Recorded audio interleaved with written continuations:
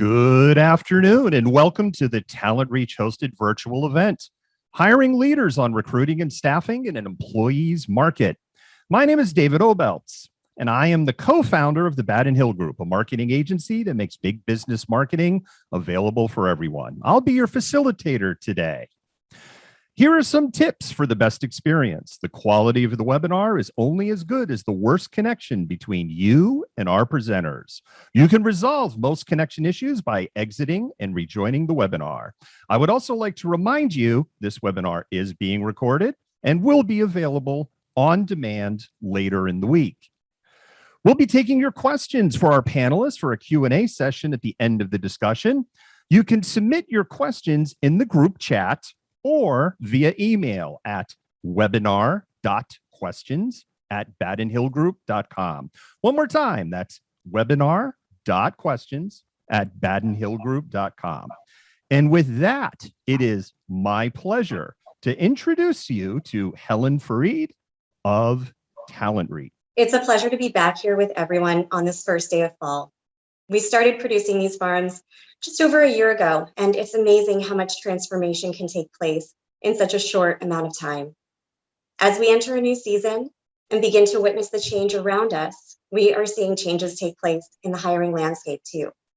Our conversation today will address some of the fluctuations we're seeing as we focus on recruiting, engagement, and how to hire the best talent in an employee's market. But we can't kick off the discussion without first taking a moment to recognize a milestone that our team is elated to announce. TalentReach was named the #1 best small business to work for in Washington State by the Puget Sound Business Journal. #1.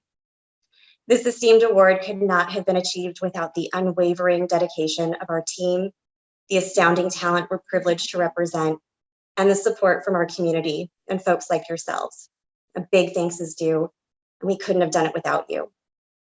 We are as committed as ever to helping great talent and teams, and can't wait to see what our collective impact will look like this time next year. Now, our team is lucky for many reasons, but I count today's host as one of the biggest. Jen Mueller has used her voice countless times to help us bring insightful conversations forward, and we're so excited that she is sharing her time with us again. She's an author, TV and radio journalist, influencer, and our friend. Jen, thanks for leading us today, and let's get started. Okay, Helen, I think that's exactly what we should do. It is such a pleasure to be joining you for this conversation. I enjoy all of the webinars that we do here at TalentReach, but this one has just a lot of practical pieces to it that I'm excited to unveil and reveal through the panelist conversation. Our panelists are going to share insights on best practices for navigating the virtual interview process, how to ask and answer questions about working remotely versus working in an office, and how they are recruiting, engaging, and hiring the best talent in a competitive market. We've got about a 45-minute conversation planned, and then we will open it up for audience questions. David told you how you can submit those questions. I'm also going to be keeping an eye on the chat.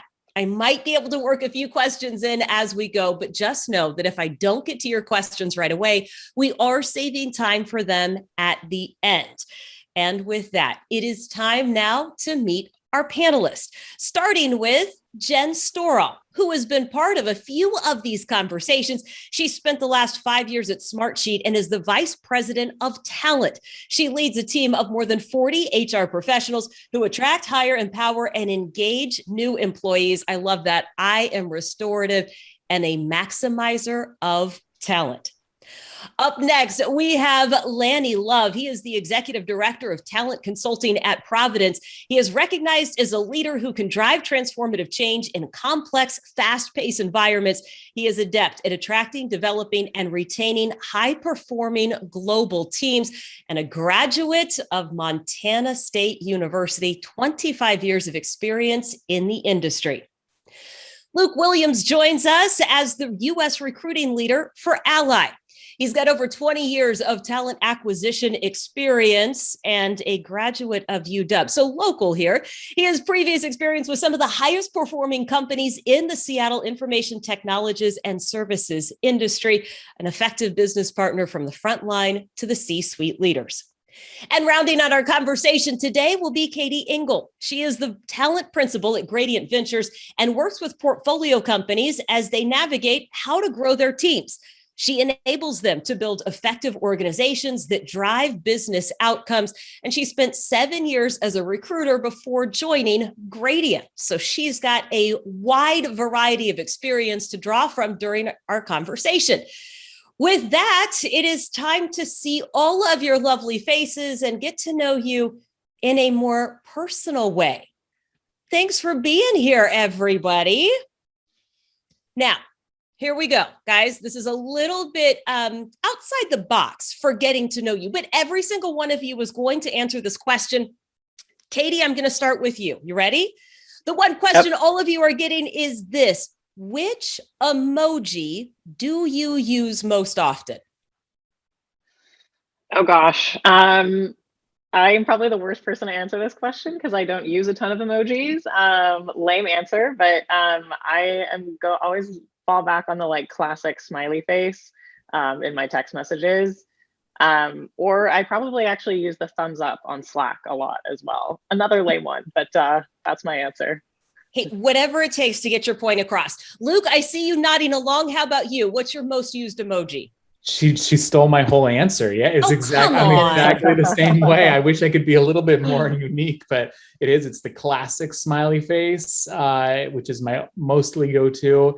And then that thumbs up either on Slack or over text. Yeah, same thing. Okay, come on, Lanny, I'm going to need you to bring it. And then Jen, you're going to round this one out. Oh man, well, my answer is thumbs up. So it's the same, but it's just so simple and positive, right? Gets right to the point. So not gonna change the trend here, but thumbs up is my most often used emoji. Jen, tell me that yours is a flamingo. It is quite a few, and I have like the yes often, the hand clap.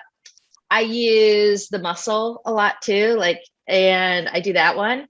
I also am very good at my gift game. So Coach T and, any kind of like, you earned it, like clear eyes, full hearts, like gift games on point. So there you go. Here's what I just learned. Jen and I need to text more often because I would really like to see how she uses this. And as silly and off the wall as this question is, here's what we really just did. We highlighted some communication similarities and differences. There are literally hundreds of emojis that you can choose from, and yet we have very similar responses to most often used emojis.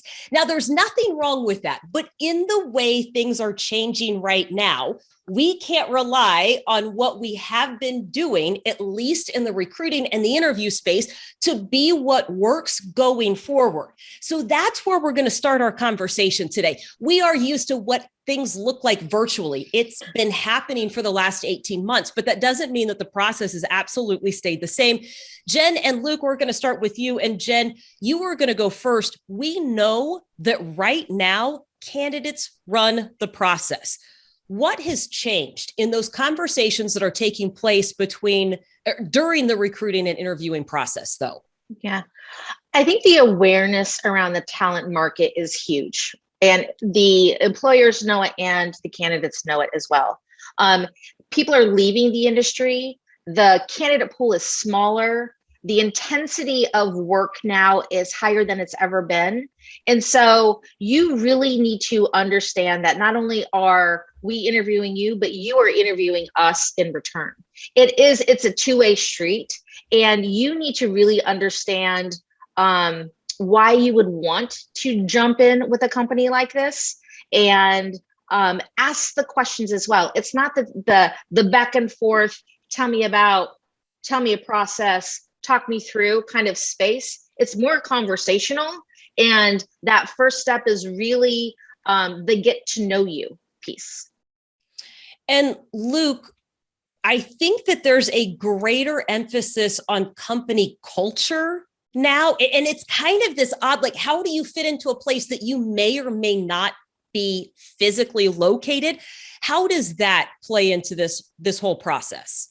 Yeah, I think things are starting to catch up, but overall over the last 18 months or so, I feel like there's been a lack of like coaching from hiring managers to their people. And I think it becomes even more critical to understand who these people are, how they work, and how they fit into a culture and the values of the company. So I feel like that virtual environment has really put this emphasis, even more so than before, on culture, where it becomes even more important to make sure those people you're bringing in, who you're not bringing into your office necessarily, they're a lot more like able to kind of just slip right in and be effective and part of that culture. Katy, you bring a different point of view to this conversation as a former recruiter and now working on the talent side for a VC. How does all of this affect the hiring plans for the companies in your portfolio? Yeah, I think there is just a huge kind of shift in how we're all looking at this, right? And companies really need to start planning for hires sooner. I think that's one of the biggest things that I've seen. They need to think through, can they be a place that people want to work? Similar to what Luke said, I think there's a big focus on culture. I've been also advising companies to think through, like, what kind of company do you really want to build? What are your values? How do you want that to be reflected? And that needs to be reflected in the hiring process as well. A big part of that is employer brand, I think. Companies need to start thinking about that earlier and earlier. A lot of our portfolio companies are early stage, so getting that right in the beginning, I think, is really important. And then just making sure that, when you are kind of talking to candidates, that everyone is really excited about the company. I think a lot of, candidates talk to each other, especially in this market, and people can understand if you run a good process versus if you don't. And I think as a company, you really need to think through that and make sure that, everyone has a good experience, or at least a positive experience with you. I want to ask one follow-up. When you say planning for hire sooner, what kind of a timeline are you talking about? Is it months sooner, weeks soon? What is that? Yeah. So I think on the executive side, which is where I do a lot of work with our companies, definitely like a few months. I think folks on the search side kind of know that capacity is very tight. And so, we're looking at a couple of months out. And I think that's starting to really kind of filter down into more individual contributor roles as well. And I think, companies need to give themselves enough lead time to really make sure they get the right person on board as well, because you can hire somebody, but, I think in this environment, goes back to being remote, really big focus on culture, that you need to get the right person. That makes sense. Now, Lanny, things look a lot different for you. Tech is driving the process at Providence. So how has technology helped to speed things up when you talk about the just kind of the recruiting and the interviewing? Yeah, absolutely. So the one thing that has come out of the pandemic as positive is that the virtual interviewing as a standard practice has been normalized in a way that we probably never could have expected 18 months ago. And we've been able to use that to really expand the use of our technology. So we have a technology called Modern Hire, and we use that to set up an automated process where the minimum qualifications, really quick and easy on the application, it goes right to a text screen. A candidate gets a few text questions to make sure that we're getting it the key elements that the hiring manager needs in that role. And then we just move straight to a candidate self-scheduling for the interviews themselves. So it's really important to us to be able to get right to the conversation that matters the most, and that is the engagement with the hiring manager. Because in the tight market that we have, the speed matters more than ever, and that candidates have multiple options. And so you have to have a process that is simple and fast, so they can get to that decision. We can actually get to the interview completed and then the offer out the door if that's the way we're going to go in the conversation. So that's been really helpful for us. And we've been able to demonstrate the results. So we have about 75% of our roles across the organization. We fill about 4,000 positions a month, and about 75% of those roles are on what we call this optimized process. And in aggregate, since about October of last year, we've been able to decrease the overall time to fill for that broad stroke of positions from about 70 days to about 45 days. So it's pretty significant to be able to demonstrate the power of that. We just need to continue to remember not to forget the candidate experience along the way. So that's something that's always top of mind for us as well. Yeah. And that's what I was just going to ask. Jen, I'm going to come to you in just a second, but Lanny, there are some benefits to this, right? It's not just speed, but in some ways, this process can level the playing field for candidates. How have you found that to be true? Yeah, absolutely. So there's a component of it where if we have, as we've mentioned, have normalized the virtual interviewing, they're having that same experience. And it actually does, because of the automated screening part that I talked about, it minimizes the opportunity for bias in the early parts of the process, which actually helps level the playing field in our view. We also are, from a candidate experience perspective, the opportunity to move quickly and then be able to do the virtual interview at a time that is convenient for them and not have to travel across town, leave their job, take PTO, drop the kids off at the babysitter, whatever the case may be, and be able to schedule it at a time that works for them is really important. Another component that we're doing is adding a realistic job preview. So that's something I've thought about and have tried to implement in various formats over the years, but we're actually getting to a place where we're working with our internal creative teams to develop videos, like, for example, for what we call environmental services, which is the staff that actually cleans our hospitals and makes it ready for the next patient, turns over the rooms and everything. It's pretty easy to pull together a job preview to be able to explain what that actually is in a video format that can be part of the screening process, and therefore make it really clear what the job is and isn't, so they can opt out if they indeed don't want the job at all, and then don't waste their time, don't waste our time. And then hopefully get excited about the role too before the interview. Yeah, I think that's so fascinating, because I think on the surface, you say technology drives the process. And I go, yeah, but what happens to the individual, contributions of the person? But everything you said makes perfect sense. And when you're hiring 4,000 positions a month, you have to have a way to get through that quickly. Indeed. And Jen, this doesn't mean that the human element is ever removed from the conversation. You were talking about this being kind of an open dialogue between both parties now. Every company wants to be loved, right? Yeah. How should a candidate be prepared to show love to the company they are interviewing with? Yeah. And we've touched on this several times, and this feels like a no-brainer for candidates to really like understanding the company. But one of the things that I'm seeing is being quite successful with some of the candidates is, one, make sure that you're always signing an NDA on the front end. A lot of times when you were walking into your interview, you would sign it when you're checking in. Traditionally, now you're going to get that via DocuSign. And once you have that signed NDA, you're open to share your work product. You are open to share your experiences. We are now in this virtual space, and I can go and hit this click share screen. And I have had candidates walk through presentations that they've built about the company, about what they're going to do, that has just put them over the top with the hiring teams. So not only is it just researching the platform, the product, the company that they're interviewing for, understanding who their leaders are, that their hiring teams are, check out their LinkedIn profiles, check out where they're coming from. Because when you're coming in there, not only are you sharing, what you can do, but you're also sharing your why and who you are. Yeah.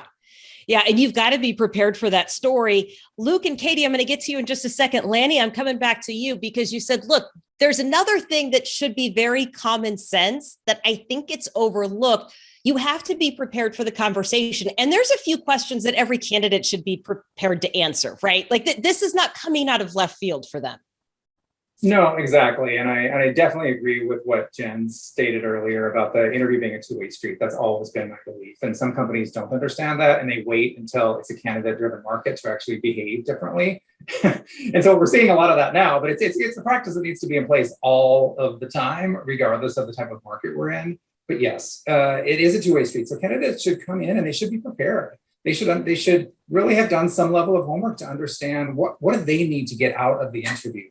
What do they need to understand about the company, the culture, the hiring manager, the team, the dynamics, what the expectations are of the role, what the manager's style is, all of those types of things. Whatever's important to you, make sure that you've prepared and actually write down your questions that you want to make sure that you ask, because it's your absolute right, and the expectation that you have is reasonable to be able to get those questions answered and have that dialogue. And if a company, isn't providing space in the interview for that, if they wait until the last 2 minutes to ask you if you have questions, frankly, that's a bit of a red flag, and they're not really doing justice to the partnership that is the company and the candidate throughout the process. I also want to point out, that you are going to get the question, which is not really a question. Tell me about yourself. And that you are going to get the question, do you have any questions for me? So Absolutely. Don't be surprised when that happens, right? Right. Luke, another way of showing love to a company is being respectful. What is another reminder? Because you've seen a negative trend popping up. What's another reminder for candidates when it comes to this interview process? Yeah, I started to see candidates who just kind of drop out of the process. It's, that's when you really know it's a candidate market out there, when candidates kind of treat your company a little bit like they're disposable. And it's not a great look. I think I'm all for candidates knowing what they want and knowing if they don't want your company. I think that's totally valid. And I appreciate when candidates say to me and email me or call me up and say, you know what, I don't think this is the right role for me, and here's why. I really appreciate that. And truthfully, I keep them in mind for something else later on. But the candidates who don't show up for their interview with a hiring manager or with my team for that matter, it's not a great look. It definitely doesn't further that candidate's brand. And I've definitely seen candidates come back later and say, hey, that other job didn't work out. I'm still interested in your company. And by then it's a little tough to come back from that. So following through is, I think, kind of key. Katy, what are you telling your portfolio companies and your founders about being prepared? Because again, this is the other side of the conversation, right? What pieces of information are they trying to draw out of candidates to figure out if this process is going to continue? Yeah, I think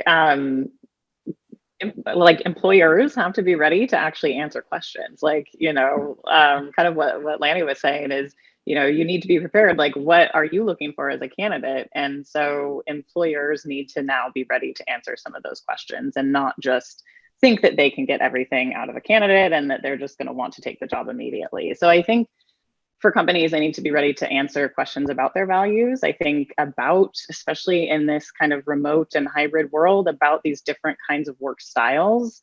What, are they doing to kind of promote employee engagement, and how are they thinking through this return to office potentially? How are they thinking through, a potential hybrid work environment? Because, it's a big question that I think everyone has right now as we're all trying to figure it out. And making sure that you can really answer that as an employer, I think is super important. How important, Katy, do all the other little things become? Like the email correspondence, or whether you're smiling during the interview? It feels like there's a lot more placed on very small interactions. Definitely. So I think because we're working and kind of living in this more virtual world now, every interaction that you have with a company is important when you're interviewing. So your grammar in an email, or the way that you follow up. And I think this goes back to what Luke was saying as well.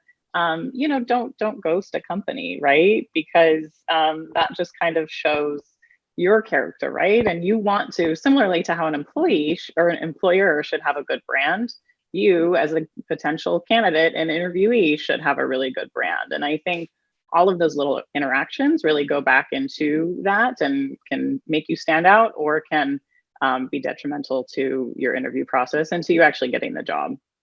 Well, and it is your personal brand, and it is why you would fit into a company culture, and it is part of the story that you tell. I want to dive into this because, Jen, you said this right off the bat here about being able to tell your story. I want to make sure that everybody who's with us today understands what that means, right? This does not mean your life story. It is not a 30-minute story, right? Jen, first of all, how do you lay the groundwork for these interviews when you go into a virtual call before the candidate even starts to present their story? Yeah. I think with the remote environment that we're in, we're having much more intimate conversations and connections with our candidates than we ever have. Like, you're in my house right now. And so I could have a child come up to me, a dog barking. There could be so many things that could come up during the interview that is just life, and it's just going to happen. So I think allowing and creating space to let everyone know what's happening. Let everyone know what's going on. Like, as an interviewer, I'm saying my camera is right here. I have your resume up right here, and I'm typing some notes over here. So that's where my gaze is going. I also have a child coming home from school. I don't, but hypothetically, I have a child coming home from school that may be coming in during the same time. So just laying the groundwork so there's not surprises. And so you understand too, what the candidate's dealing with, and allow them the same. Give them the opportunity to state what's going on in their environment. So there aren't surprises. You can kind of connect a little bit and break the ice a little bit before you dig in. They're already nervous. Everyone's already nervous. And so allowing that kind of being in receipt of where everyone's at to start, I think sets a really good foundation for the interview.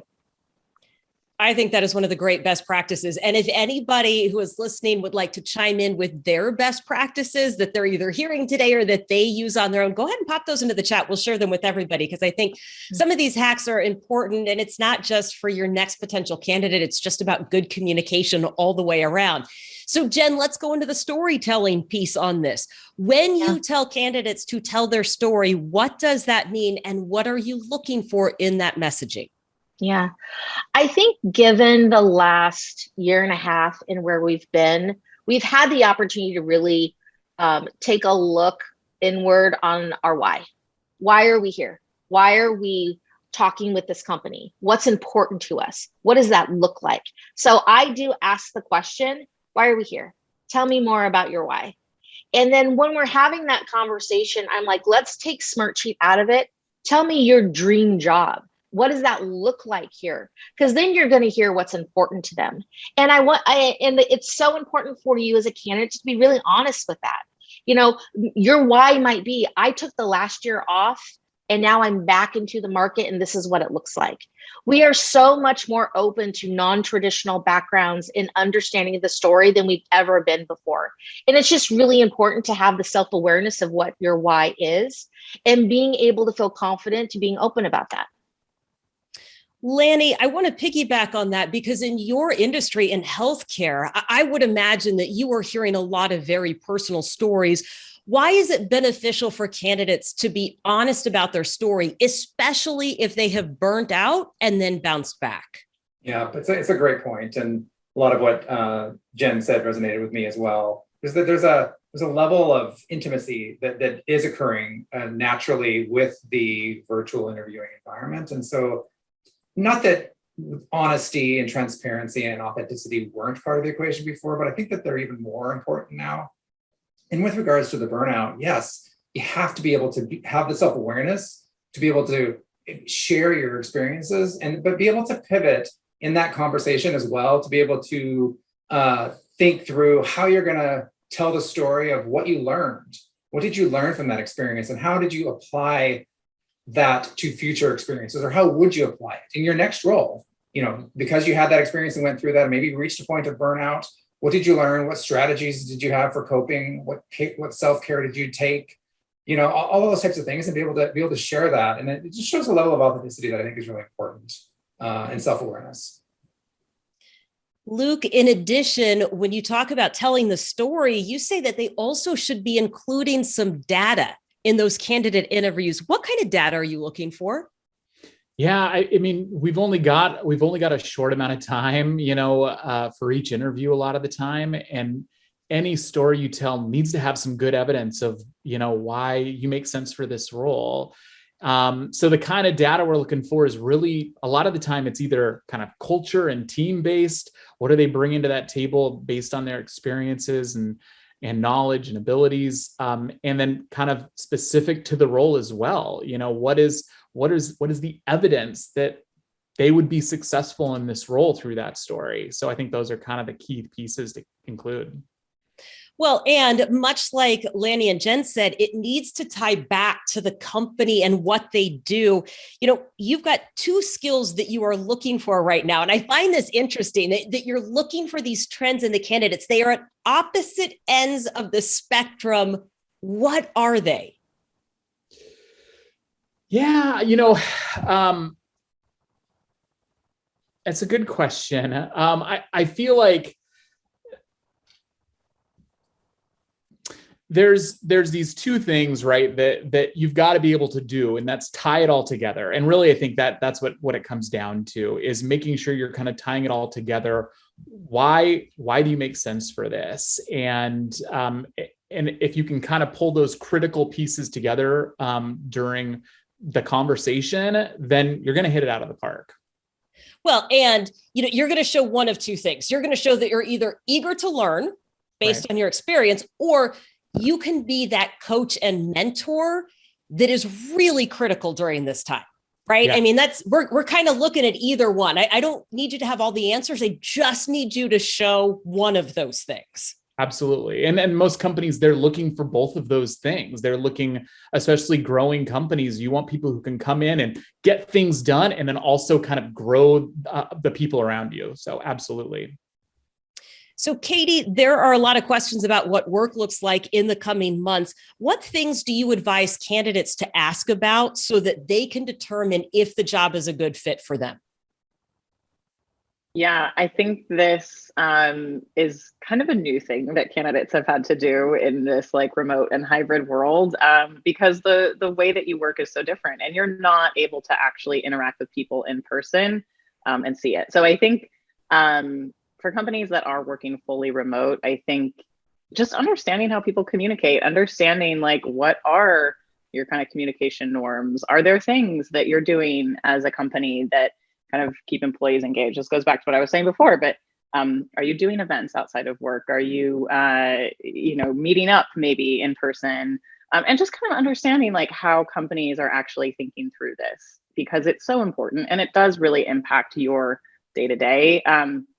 I think what a lot of people have been saying is coming back to the why and coming back to your values, and you want to see that reflected in the company that you work for, and kind of understanding how that actually plays out, I think is important. And a lot of that can be in the communication and in how the company approaches engaging its employees.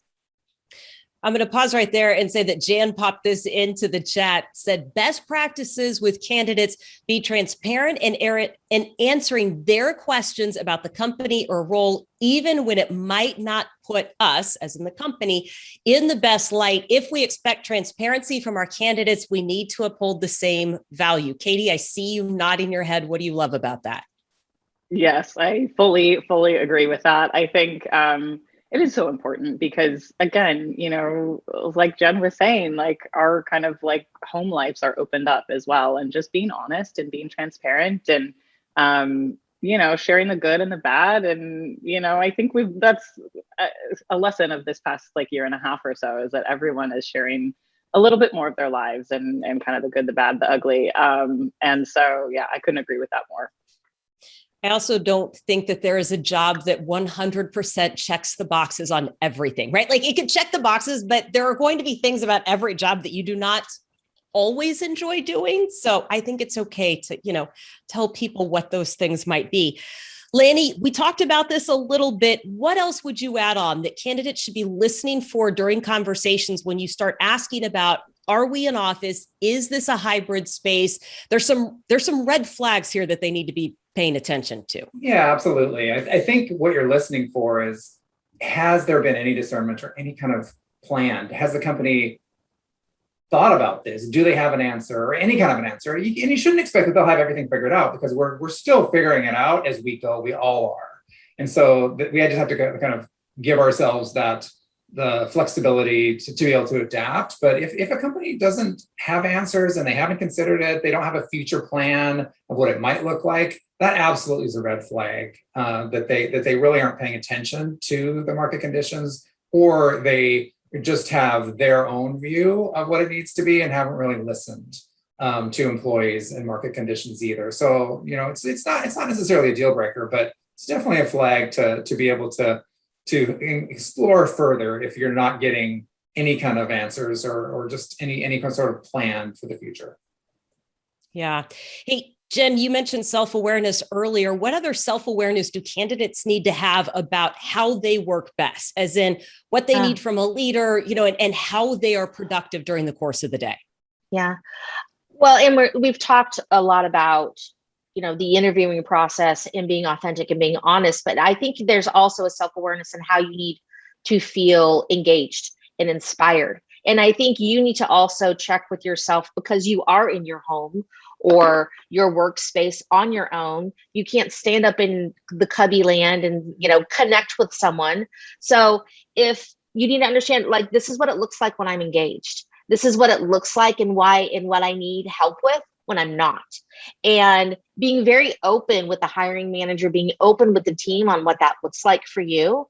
I also think like how we're organizing ourselves and the space in which, like, how are you getting to your end goal is important to talk through, because you are on your own. And I don't know how many times I've had conversations with the team and they're just like, I just need to talk with you because I'm feeling disconnected. And so being able to like be real about what that looks like for you. And if you have a leader who's open for that, that feels better. But having the conversations on the front end and your own self-awareness, I'm like, this is me engaged. This is what it looks like when I'm not. And this is what I need from you, and ask for it. Luke, you were nodding your head. This is part of the conversation that you and I had. What else would you tell people about being able to demonstrate what they can do after the last 18 months of having a track record of working remotely?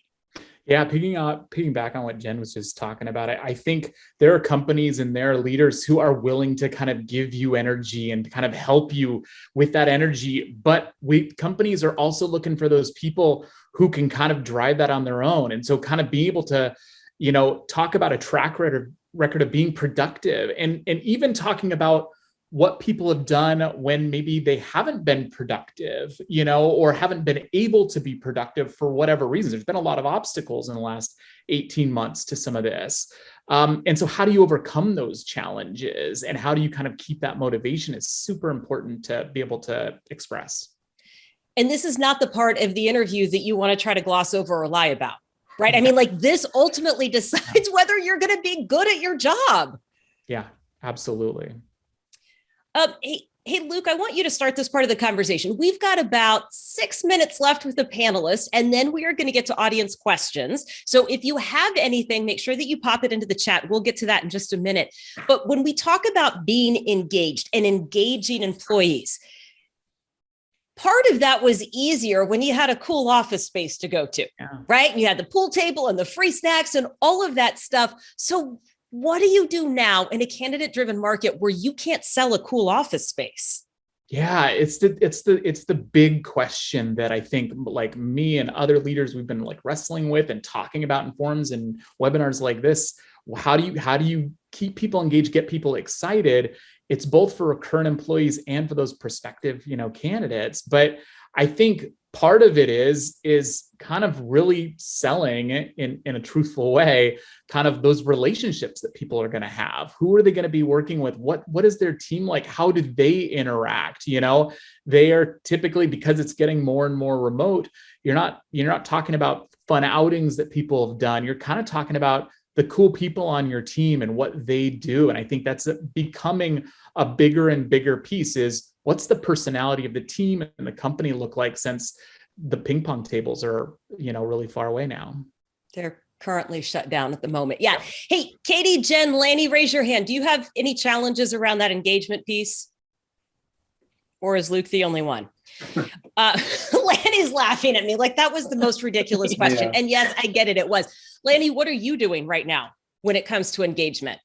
Well, so it's a little bit different for us. We do, of course, have within our health system a shared services component where we have more corporate positions where they're working from home. But a lot of ours are hospital employees, the RNs and the CNAs and the medical assistants that are on the ground, working and caring for our patients. And so we were thinking a lot about and how to protect them from burnout and incentivize them further. We talk a lot about mental health, which I think is important. I think there's a destigmatization that has occurred over the last 18 months as well around mental health in the conversation, and the resources available for our caregivers to be able to work through that. Because if, and I can't even pretend to understand what it's like to be an ICU nurse with a full capacity ICU for 18 months straight and having people die on your watch. So we have to really prioritize that conversation. I've seen our organization do that.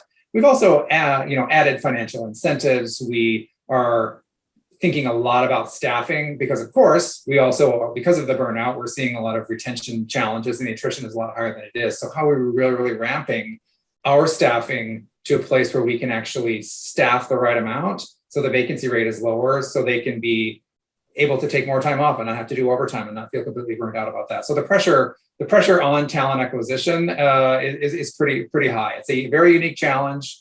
We know that we're doing really good work to be able to find the caregivers to care for our patients, but it's a significant challenge. Jen, Katy, anything to add on best practices for engagement? I don't want to put you on the hot seat, but if you have something, I know that that's what everybody out there is looking to get answered. Nope. I see no hands going up on that one. I will say, I don't know if Jen wants to go first. I think, it's a huge challenge. And I think it's something that all of our portfolio companies are thinking through and trying to figure out best practices. I do have to say one company has done a good job around, they were remote before the shelter in place with COVID. And so they have it kind of figured out, I think, but they do a lot of just kind of communication over Slack. There's a lot of internal sharing of like personal stuff that's going on, and people share when they get a new dog, and they do kind of regular just quick meetups with people in the company who wouldn't otherwise get to know each other. And I think big part of why that is successful too, though, is because they have really vetted people when they're interviewing them to work well in a remote environment. And I think that's something a lot of companies didn't have the luxury of doing. And so I think if it's something that we can do going forward, that will be a big help as well. Great suggestions, and agree and align. And one of the things that we are doing, I'm in a meeting currently that we go around the horn and like one word that describes, one adjective that describes how you're feeling. Like, and it just starts kind of intention for the meeting, and where folks are at. And when you're in that space to where you trust the people around you, being able to just have that awareness of your team is super important too. I love that. Once everybody remembers what an adjective is.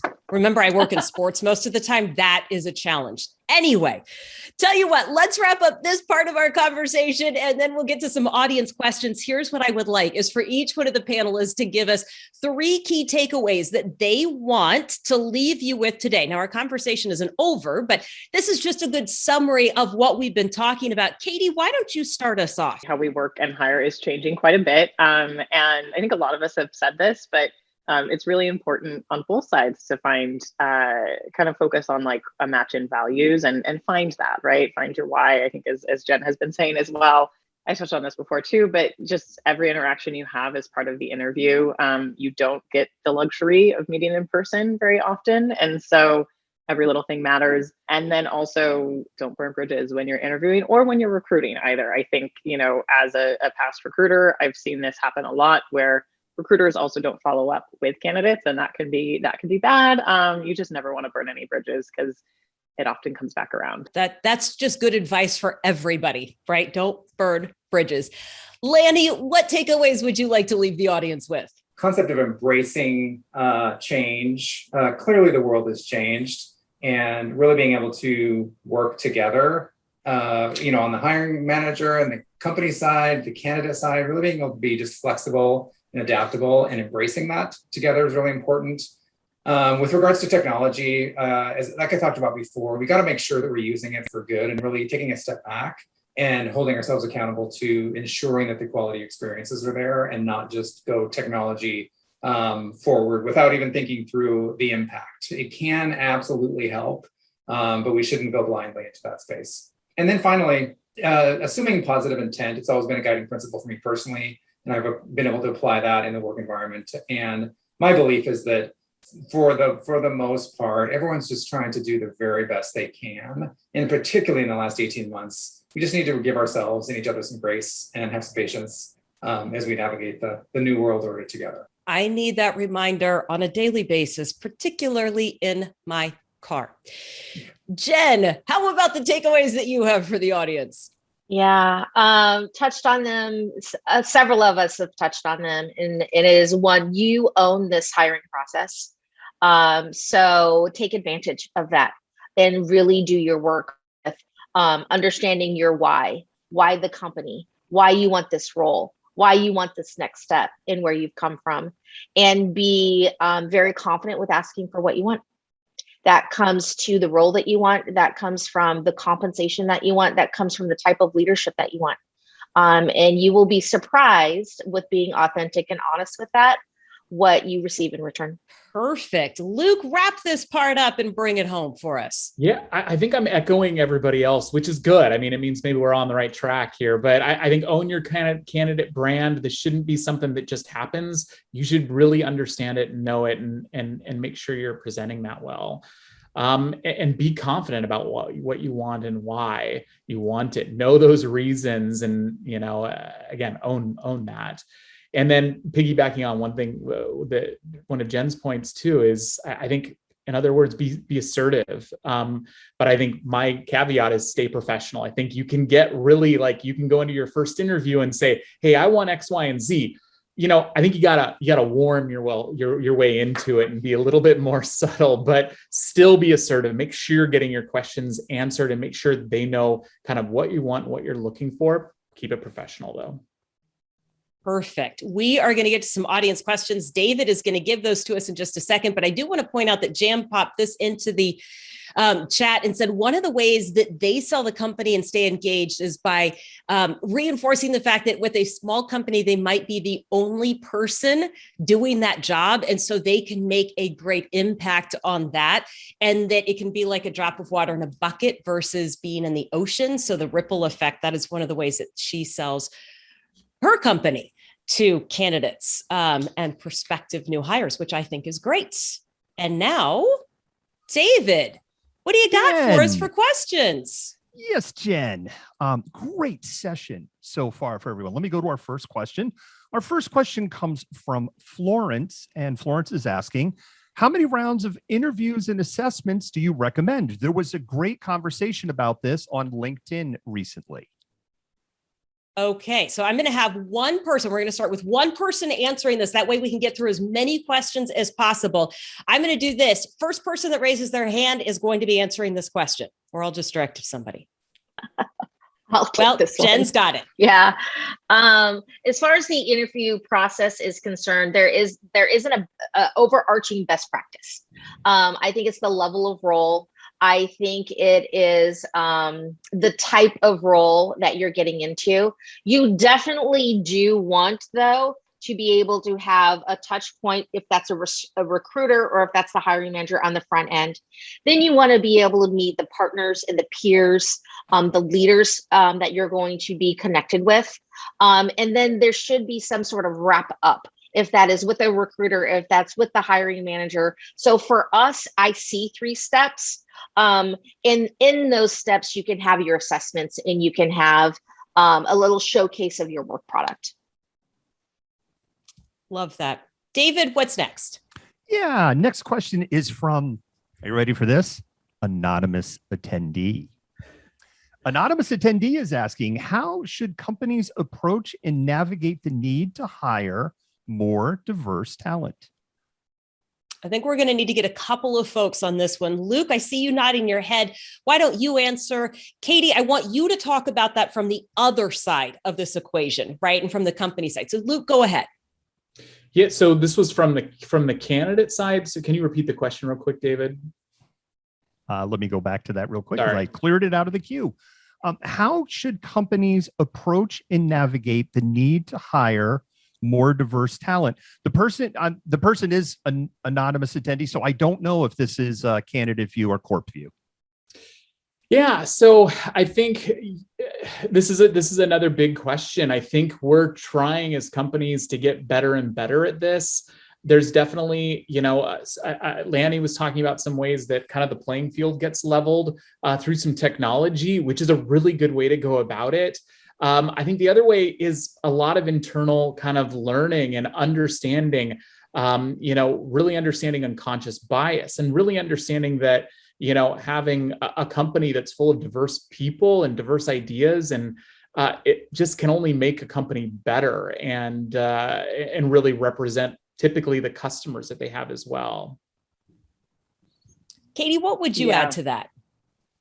I agree with everything that you're saying, Luke. I think the biggest thing that I think makes a kind of diversity initiative successful is when it's really coming from the top and from the founders and from the leadership team.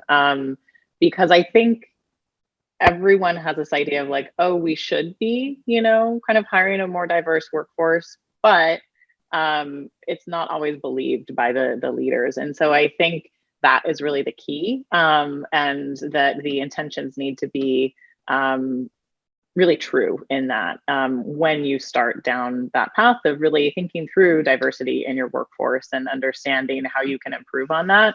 I think there's, for every company, I think we can all improve on that, right? But I think that's really important. And so, if you are a candidate and you are really interested in finding a company who prioritizes diversity, I think really understanding some of those initiatives that are coming down from the top will be important. Fantastic. David, what's our next question? Yeah, this one came in through email. This one is from Wendy. Wendy's question is, there's been a lot of digital ink spilt on ATS and too long job descriptions. What are your views on applicant tracking systems and having such a long list of job requirements that qualified candidates actually may be getting filtered out?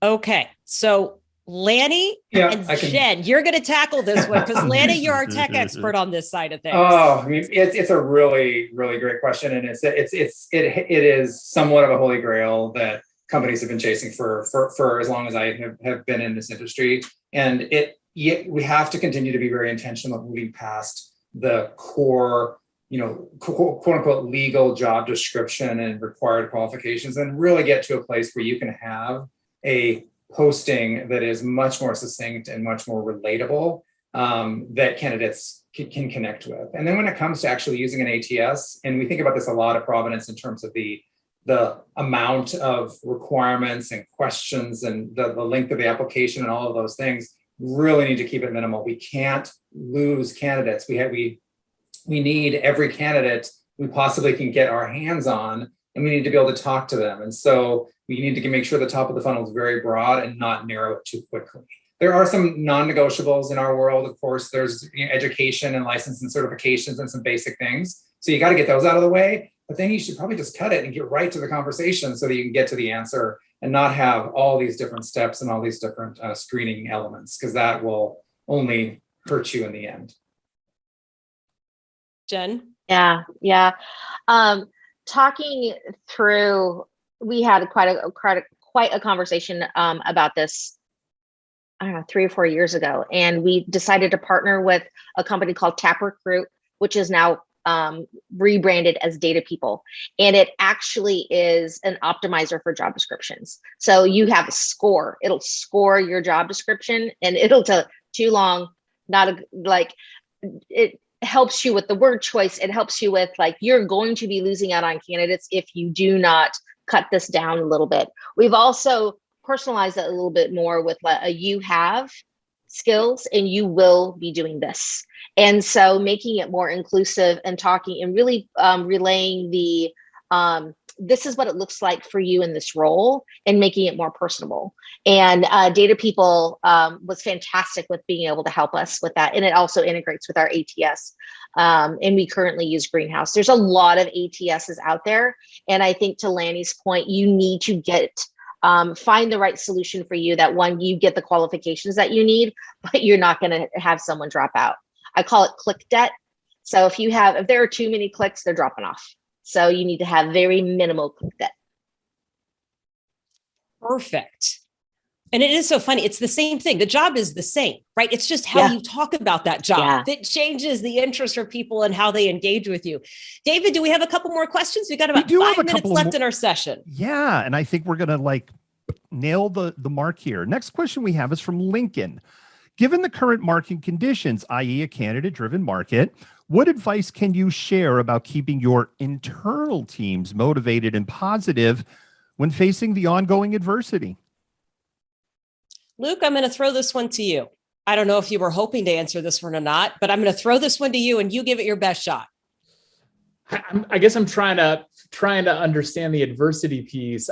I mean, ultimately, when I hear internal people, I'm thinking your employees, right? The people on your team. So I think again, this is the thing that companies have been really trying to learn quickly is how do we keep everybody engaged? And I think there's a lot of tools around that are out there. I don't want to necessarily plug my company, but I do. There's some great tools that really help engage the employees within a company. And finding those is a really good thing, but just making sure your people leadership are checking in with people and talking with their employees and just their team to make sure that they're engaged, make sure they're understanding what they're dealing with, and not necessarily getting into their personal life. I don't think that's necessary. This is a professional world, but understanding where their challenges are and how those are affecting their work and offering up suggestions or resources around those things. I'm going to also add on a practical matter of just conversations. If there's a challenge with adversity in a lot of uncertainty and you don't have answers, and that starts to stir up just a lot of angst with your team, having an answer of we don't have any other answers right now is still better than nothing, right? Saying we're working on it, but we don't have the solution can at least help relieve some of the angst and just that internal turmoil, right? So not a perfect solution by any stretch, but it's okay not to have all the answers is what I would throw in on there. But I'm grateful that our panel had all the answers today because that was our last question, right, David? I have one more. Oh, okay. We have Sorry. one more. It's a real short one. It came in through email. And this one, it's really short. Cover letters. Yes, no, why? Okay. We're going to go around the horn on this one. This is how we're going to wrap it up. Everybody is going to give me about 30 seconds on this. Okay. I'm buying you time to come up with your 30-second answer. I need yes or no, and then just give me your 30-second. It's like your stump speech for this. You ready? Lanny, you're going first. Yes. I think it's a no. I think it's an outdated, antiquated concept, and there are many other ways to get to the heart of the matter than requiring someone to have a cover letter. If they want to, we can't stop them, but requiring it is, I think, an outdated practice. Katy? Yeah. I am also a no on cover letters. I think it is outdated, as Lanny was saying. And I just don't think that anyone ever really looks at them either. And so why take the time and bother if no one's going to read it? Jen, yes or no? I'm a no. Save the narrative for the conversation. What I look for is data and bullets to be able to move to the next step. So yeah, save that time. Luke, wrap it up. I'm a no as well from the talent acquisition side. I definitely have leaders and hiring managers who want to see that cover letter. However, and so what I would say is if you do a cover letter, it shouldn't be required, but if you do a cover letter, make sure it has different information than that's on your resume. Make sure it adds to your story. Perfect. I think that is a great closing note for this panel. David, what do you think? I think so also. I think this has been a tremendous panel. And on the subject of tremendous panels, we want to thank TalentReach, Helen, Jeff, Eric, and the rest of the team for hosting our webinar today.